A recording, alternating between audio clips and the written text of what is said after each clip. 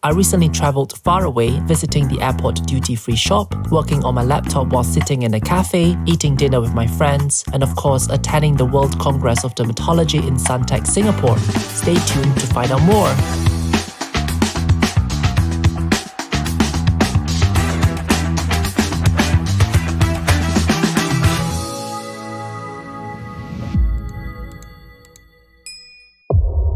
So I'm now in Helsinki airport.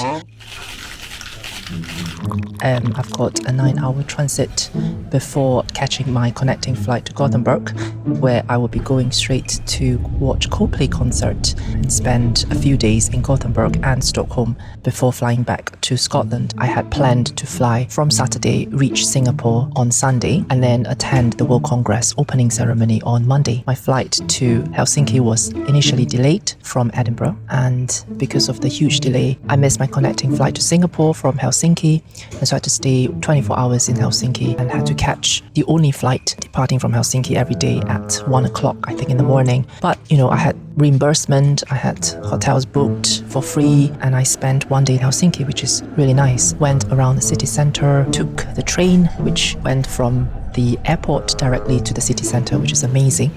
Had lots of good food, just walked around. The weather wasn't too bad.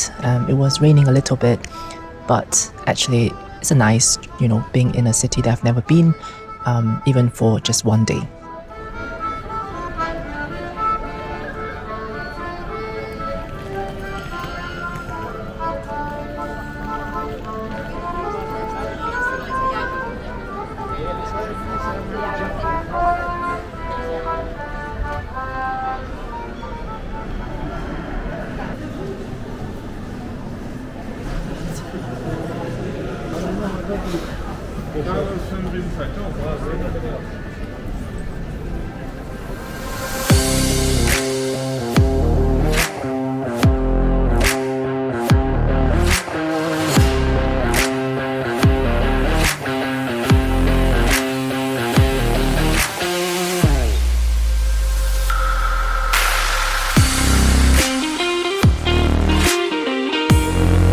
So next up is the World Congress. So I don't really go to a lot of international events. In fact, the only one was the most recent one organized by the drug company. And the World Congress is by far the biggest. When I say the biggest, it's literally so huge that the local ones simply can't compare. In fact, it is so big that it made headlines in the news. And according to the local newspaper, Straits Times of Singapore, there were more than 11,000 people from around 130 countries who attended the World Congress, and it was held from Monday to Saturday at Suntec City in Singapore. According to the paper, it is regarded as the most prestigious and influential meeting on all matters of the skin, and the last one was held in Milan. It was first held in Paris in 1889, and this is the third time it is heading to Asia, where Tokyo was playing host in 1982 and Seoul in 2011.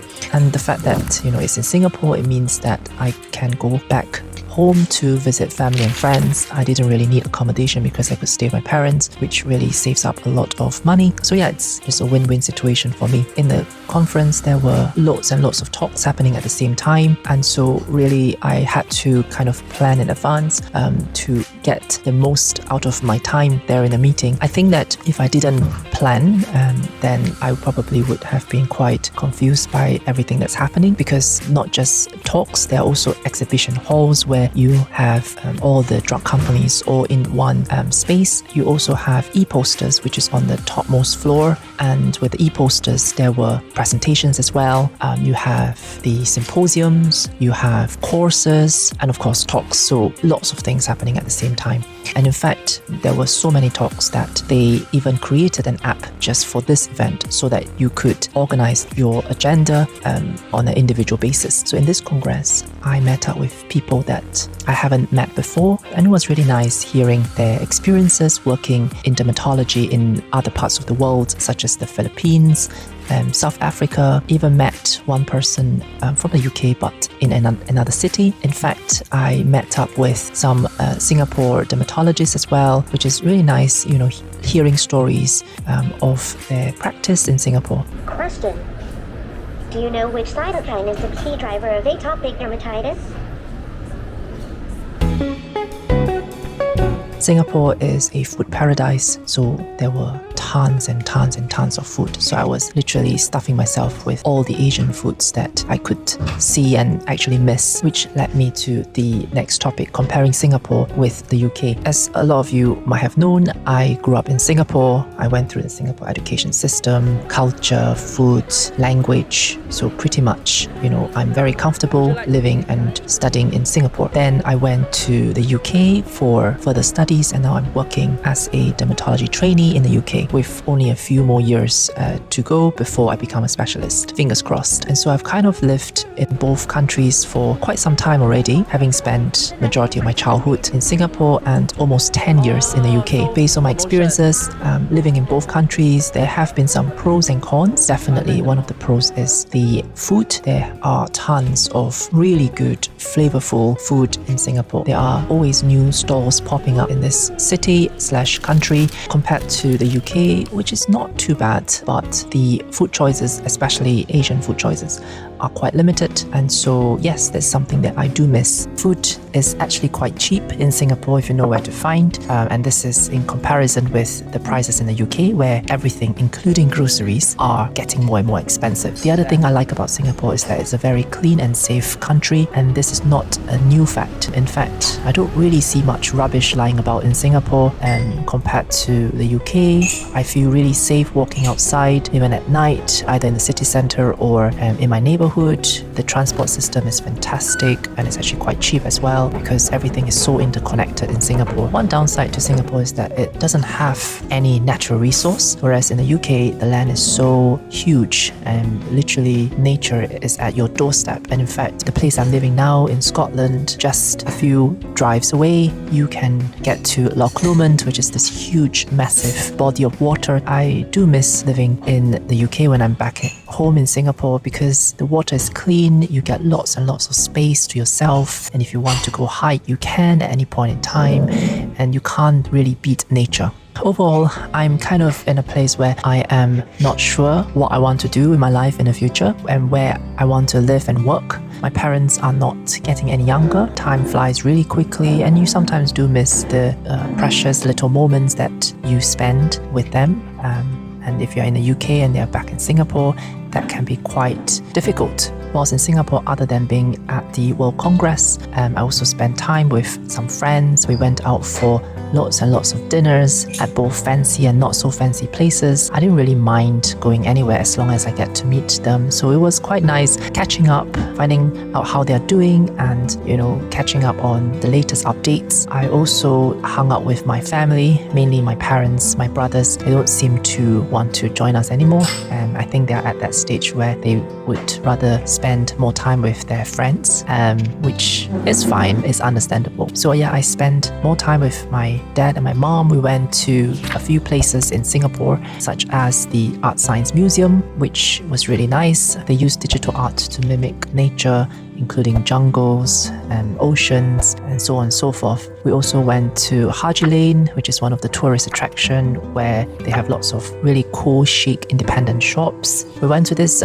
building called Capital Spring, and they have got this observation deck on the 51st floor, which you can go for free, and it's actually much taller than the Marina Bay Sands. So now I'm in the Fin Air Lounge in the Helsinki airport, in the non-Schengen area, which is the non-EU section, because I flew from Singapore, and apparently the non-Schengen area is less busy, and which is why I chose this place. I've just showered,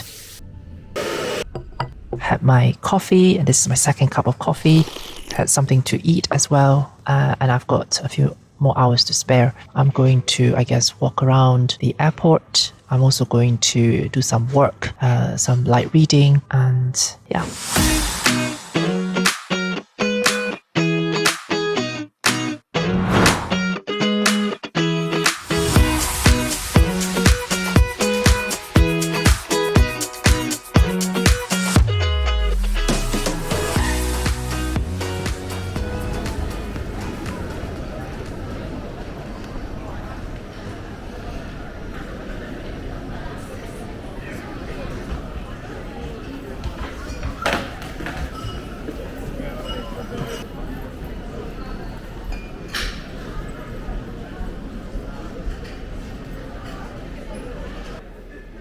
Viimeisiä matkustajia Lufthansalla Frankfurtiin pyydetään siirtymään viipymättä lähtöportille 28 koneeseen nousua varten. Portti sulkeutuu. Last remaining passengers on Lufthansa flight to Frankfurt, please proceed to gate number 28 for immediate boarding. Your gate is closing.